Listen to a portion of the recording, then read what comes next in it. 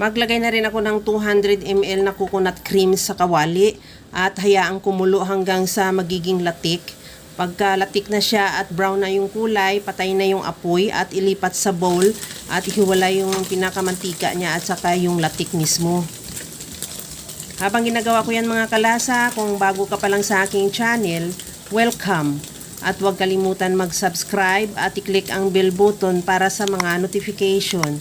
At kung dati ka pa, welcome back at i-follow mo na rin ako sa aking Facebook page Lasang Pilipina.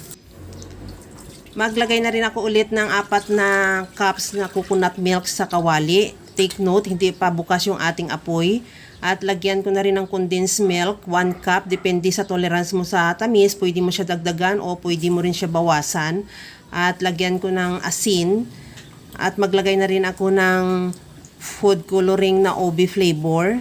I-mix lang hanggang sa matunaw yung condensed milk natin. At tikman ko na rin kung okay na yung tamis ng ating mixture. Kung medyo matabang para sa'yo, dagdagan mo ng condensed milk or asukal. At saka ko na rin ilagay yung 4 cups na glutinous powder.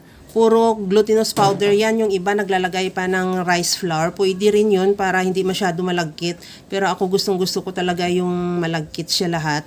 At pagkatapos yan, tunawin mo lang hanggang sa matunaw lahat yung glutinous powder at saka natin yan buksan yung apoy.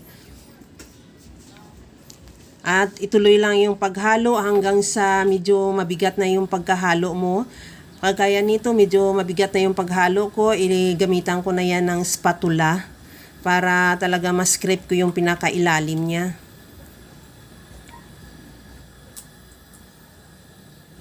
Tuloy-tuloy talaga yung paghalo mga kalasa para maiwasan natin yung masunog yung pinakailalim niya. Kasi madali masunog yan o akala natin matubig pa siya pero yung pinakailalim pala niya sunog na. At hanggang sa talaga makita mo kagaya nito na medyo namumuo na siya o hanggang talaga maging duna. Talagang parang duna yan. Pagka hinalo mo siya na medyo mabuhat mo na siya, okay na yan. Pero tuloy-tuloy lang talaga ang paghalo. Kagaya nito sa nakikita mo sa video na buo na siya, mapwede na natin siya masandok ng buo. Maglagay na ako ng langis na ginawa natin na latik kanina. Depende sa'yo kung gaano karami dahil napakabango talaga niyan at talagang maganda ang outcome ng ating kalamay pagka medyo naglalangis-langis talaga siya. At ituloy lang ang paghalo hanggang sa makuha mo na yung gusto mong consistency ng ating kalamay. At pagkatapos niyan, ilipat na lang natin yan sa ating molder. Sa molder ko naman, ginbrush ko siya ng langis din ng latik, ginamit ko. Para hindi naman siya dumikit mamaya pagka tinatanggal na natin. At saka natin yan ilagay yung ating kalamay OB.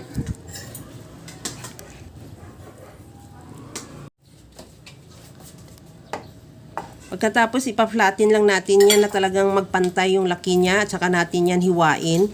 At maglagay na rin tayo ng latik sa taas. Depende kung anong gusto mo dyan pang toppings. Pwede rin mani or kung ano man ang mga available mo dyan na pwede pang toppings. At ready to serve na yan. Kaya mga kalasa, kung nagustuhan mo yung ating video, please like na lang at pakishare na rin sa inyong mga friends. At kung bago ka pa lang sa aking channel, subscribe na at i-click mo na rin ang bell button para sa mga notification. Kaya mga kalasa, alam ko kayang-kaya mo tong gawin dahil sa sobrang simple at napakadali niya lang lutuin.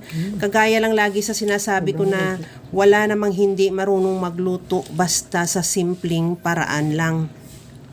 Hanggang sa muli mga kalasa, thank you for watching. Bye-bye!